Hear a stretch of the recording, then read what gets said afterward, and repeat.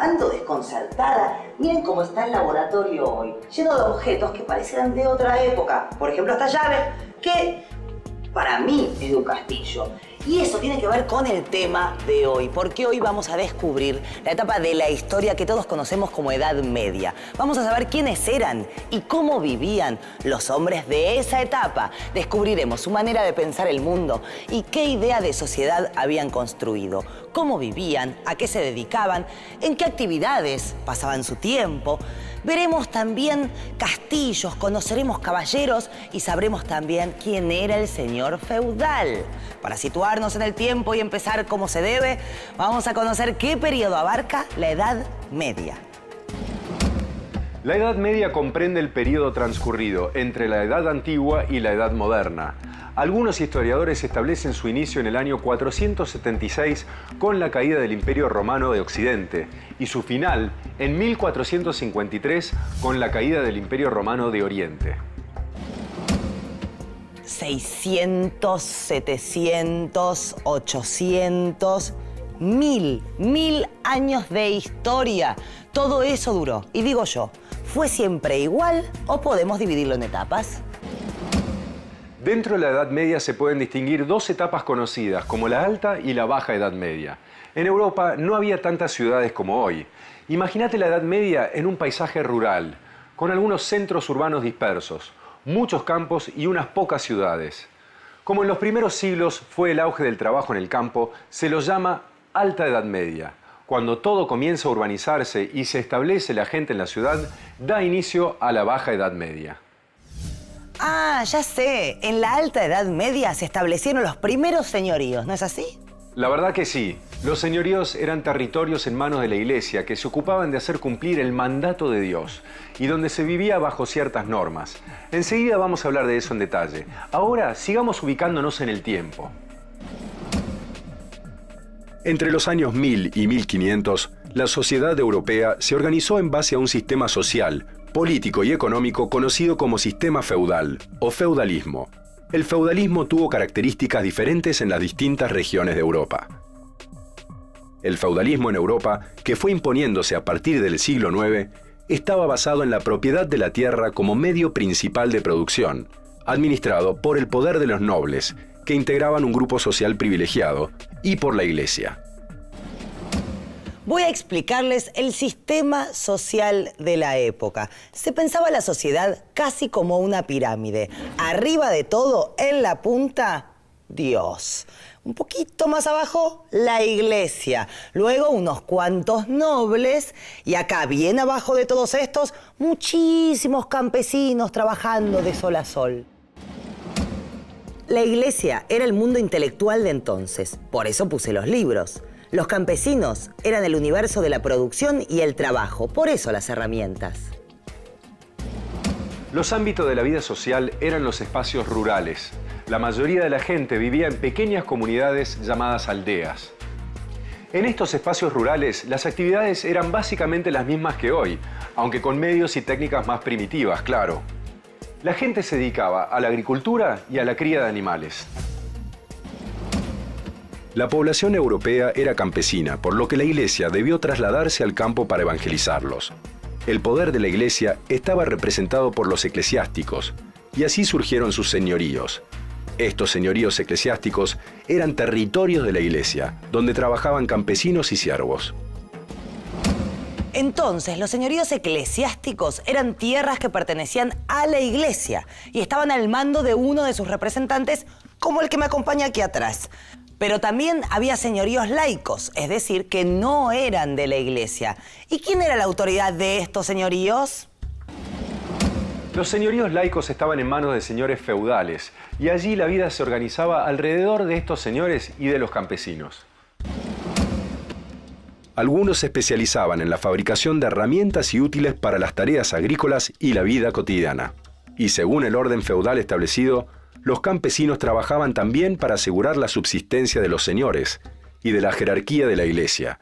En este período, la economía era autosuficiente y se basaba en esta pequeña producción campesina. Los artistas retrataron estos siglos con paisajes bucólicos, de vida campestre. Siempre predomina la figura del campesino o la aldeana llevando a sus animales. ¿Cómo era la vida cotidiana de estas aldeas de la Alta Edad Media? Las aldeas en este periodo eran poblados, extendidos en campos abiertos. En estos campos se entremezclaban las parcelas de subsistencia, en las que cada familia practicaba la agricultura y criaba animales. En estos poblados también vivían artesanos, que fabricaban herramientas y útiles con madera, metales, cuero y barro. Alejado de las tierras de cultivo estaban los bosques y baldíos. A esos lugares la comunidad podía ir libremente y aprovechar algunos recursos. Pero la mayoría de los señores feudales eran laicos, cristianos que no formaban parte de la jerarquía de la iglesia, y se dedicaban a la guerra para conseguir más tierras y así obtener más tributos. Vivían en un castillo, y cuando no estaban luchando, se dedicaban a cazar o a participar en torneos de combates entre caballeros. Además, el señor feudal tenía el poder de la justicia en el señorío. De alguna forma la Edad Media se caracteriza por la ausencia de un poder centralizado, ¿no? Si definimos a la monarquía como un poder centralizado, un poder estatal o al menos protoestatal, digamos así, lo que caracteriza el sistema feudal es la fragmentación política, es decir, que cada señor feudal en su propio feudo constituye una suerte de microestado. Hasta acá todo muy interesante, pero chicos, les propongo que vayamos al primer Pasando en Limpio de hoy. La Edad Media se extiende desde el año 476, con la caída del Imperio Romano de Occidente, hasta el 1453, con la caída del Imperio Romano de Oriente. Esos 1000 años se dividen en Alta Edad Media y Baja Edad Media. La primera se caracteriza por la vida rural y la segunda por la vida urbana. En el primer periodo, el orden y el poder lo tenía Dios, que estaba representado por la Iglesia. Los nobles eran los dueños de la tierra y los campesinos se ocupaban de la producción del trabajo agrícola. ¡Impresionante! Toda una maestra en el arte de resumir. Gracias. Pero, profe, nos queda un tema por ver. ¿Y el comercio? ¿Cómo compraban y vendían estos señores? Los intercambios comerciales eran poco comunes y había un motivo para eso: la inseguridad en los caminos y en las rutas marítimas. Por los asaltos había mucho temor de trasladar mercaderías. Por eso el comercio de larga distancia estaba interrumpido y solo se mantenían los intercambios entre aldeas cercanas. Y la escasez de la moneda por esos tiempos hizo que volviera esa costumbre del trueque. En cada feudo o señorío, los campesinos producían lo necesario para su subsistencia y también para pagar los tributos que les exigían sus señores. La reserva señorial era la tierra cercana al castillo o monasterio donde trabajaban los siervos. La producción de estas tierras pertenecía a los señores. También estaban los mansos. ¿Qué eran los mansos? Parcelas que el señor daba a los campesinos para que estos produjeran lo que necesitaban para subsistir, ellos y sus familias. Los campesinos, a cambio, debían entregar una parte de la producción. Y finalmente, las tierras comunales, que integraban el señorío pero no eran utilizados para la producción agrícola. Claro, esas tierras comunales eran bosques y pastos que podían ser utilizados por toda la comunidad. En ellas se alimentaba el ganado y los animales de tiro, como los bueyes. En el sistema feudal, los habitantes libres del feudo tenían sus tierras arrendadas, es decir, cedidas a cambio del pago de una renta. Esta renta debían pagarla al señor, con dinero o con trabajo, según el contrato de arrendamiento que tuvieran con él. Los siervos o esclavos también trabajaban para el señor, sin recibir nada a cambio. En realidad, en la organización feudal, todos los habitantes tenían que trabajar en algún momento en las tierras del señor, y los dueños de la tierra y quienes la arrendaban estaban ligados mutuamente por una serie de obligaciones personales y feudales. Aquí tenemos un señor feudal. Y yo lo miro así vestido y pienso, este señor estaba en un castillo y afuera tenía un montón de gente trabajando para él. Si era así, con tanta gente trabajando para él, ¿qué obligaciones tenía un señor feudal? Cada señor feudal vivía en una casa señorial y gobernaba sus tierras, por la que a su vez pagaba un arriendo con dinero a un rey o a la iglesia. el deber principal del señor feudal consistía en mantener la ley y el orden en su territorio. Además, se encargaba de que su finca marche bien y de que los habitantes de su aldea trabajen y paguen sus tributos.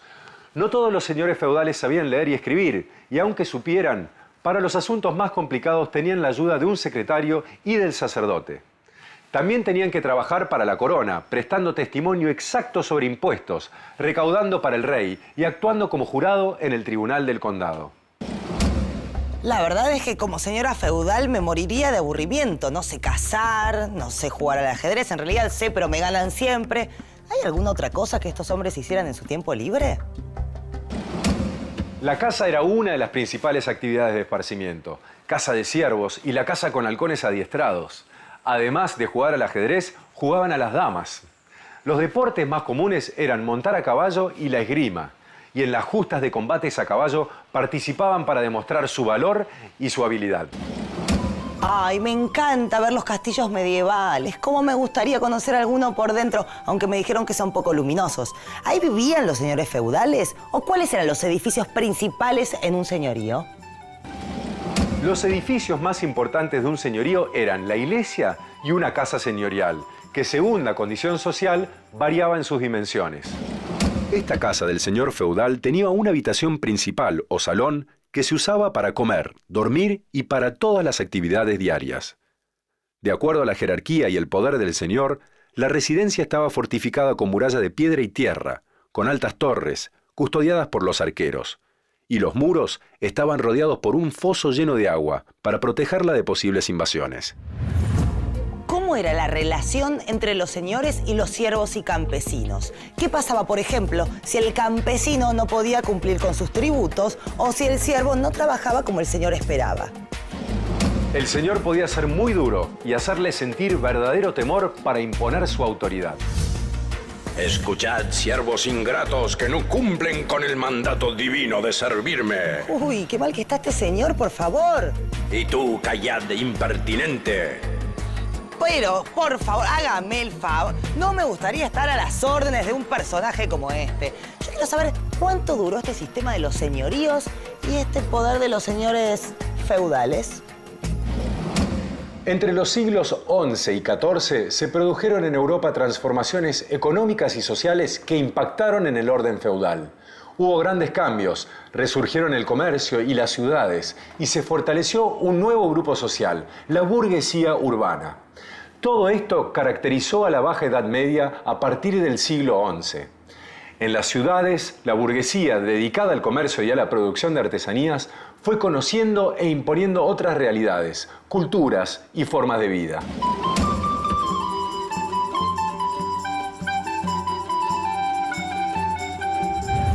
Entonces, en la Alta Edad Media, el ámbito de la vida social fue el rural y en la Baja Edad Media cobran importancia las ciudades, el comercio y la burguesía de esas ciudades, si no entendí mal. Pero me gustaría saber cómo fue cambiando la sociedad feudal a esta nueva sociedad. En principio fue una sociedad feudo-burguesa, es decir, los grupos de personas que se establecían en burgos y que convivían con elementos de la tradición feudal y las nuevas costumbres de la burguesía. A partir del siglo XI, la sociedad feudal cambió definitivamente. Los molinos aparecieron en Europa en esta Baja Edad Media. Fue una de las grandes novedades de esta etapa. ¿Cuáles fueron otros cambios importantes de esta Baja Edad Media? Fue muy importante que se detuvieran las guerras, porque con el fin de las guerras se redujo la altísima mortalidad de los siglos anteriores, y esto, sumado al aumento de los nacimientos, produjo en el este de Europa un gran incremento de la población. También surgieron nuevas técnicas para el trabajo agrícola. El uso del molino que vos comentabas, Ernestina, produjo un gran cambio porque aumentó la producción y también liberó mano de obra que comenzó a dedicarse a otras actividades. Espere, profe, va muy rápido. Yo quiero saber qué pasó en el ámbito rural. ¿Cambió la vida de los campesinos? ¿Fue mejor que en tiempos anteriores al señorío? Los campesinos que se instalaron en nuevas tierras gozaron de mayores derechos y libertades que en los señoríos. Y los siervos, aunque no tuvieron libertad total, al menos pudieron disponer de sus bienes.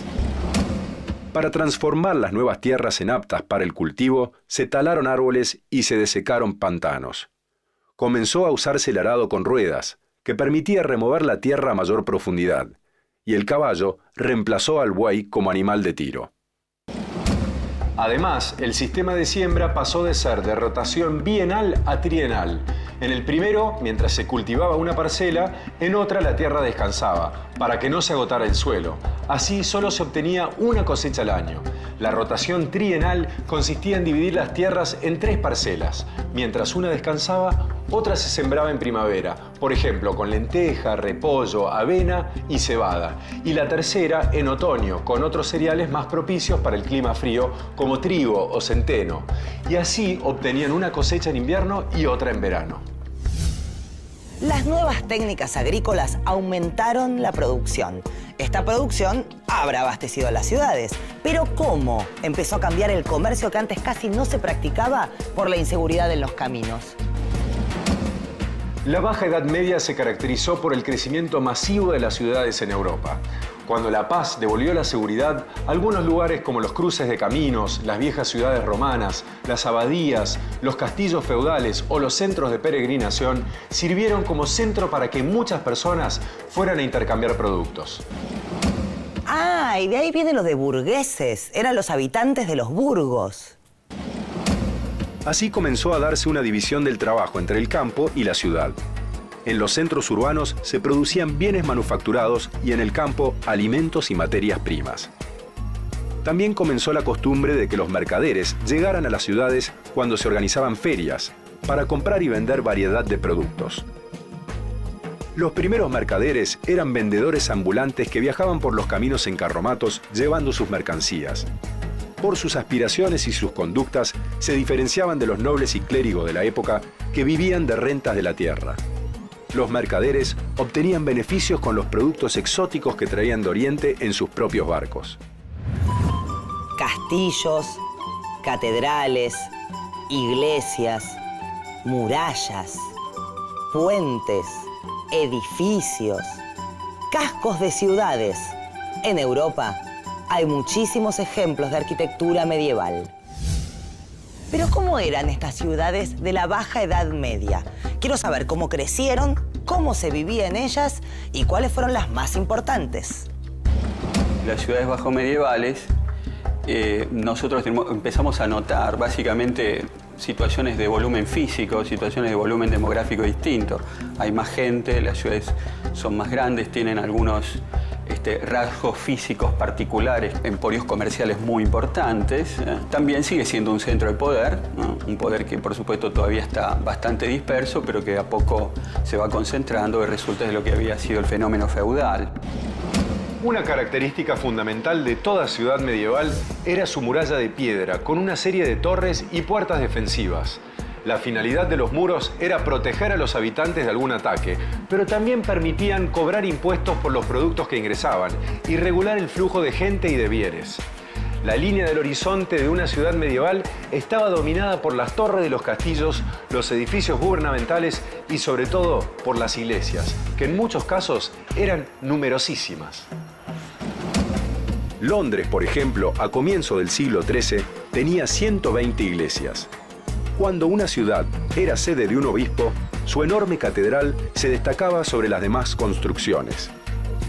Los castillos seguían en importancia a las iglesias, pero su número variaba de acuerdo a la localización de las ciudades.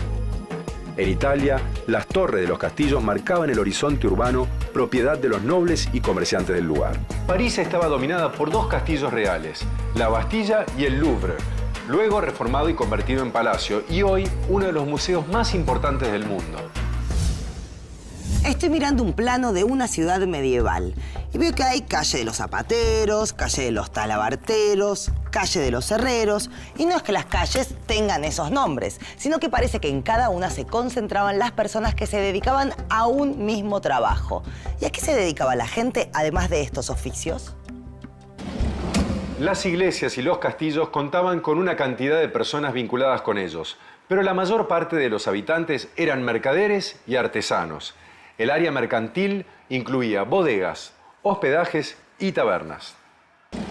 En la ciudad había una región artesanal, la que estabas viendo en el plano, Ernestina, dividida de acuerdo a cada oficio, y cada uno de estos tenía su propia calle en la que se desarrollaba esa actividad. Para los mercaderes y los artesanos, el trabajo y la vida familiar se entremezclaban. Enseñaban sus oficios a sus hijos, esposas y aprendices, y sus hijos podían ser a su vez aprendices de otros artesanos o mercaderes.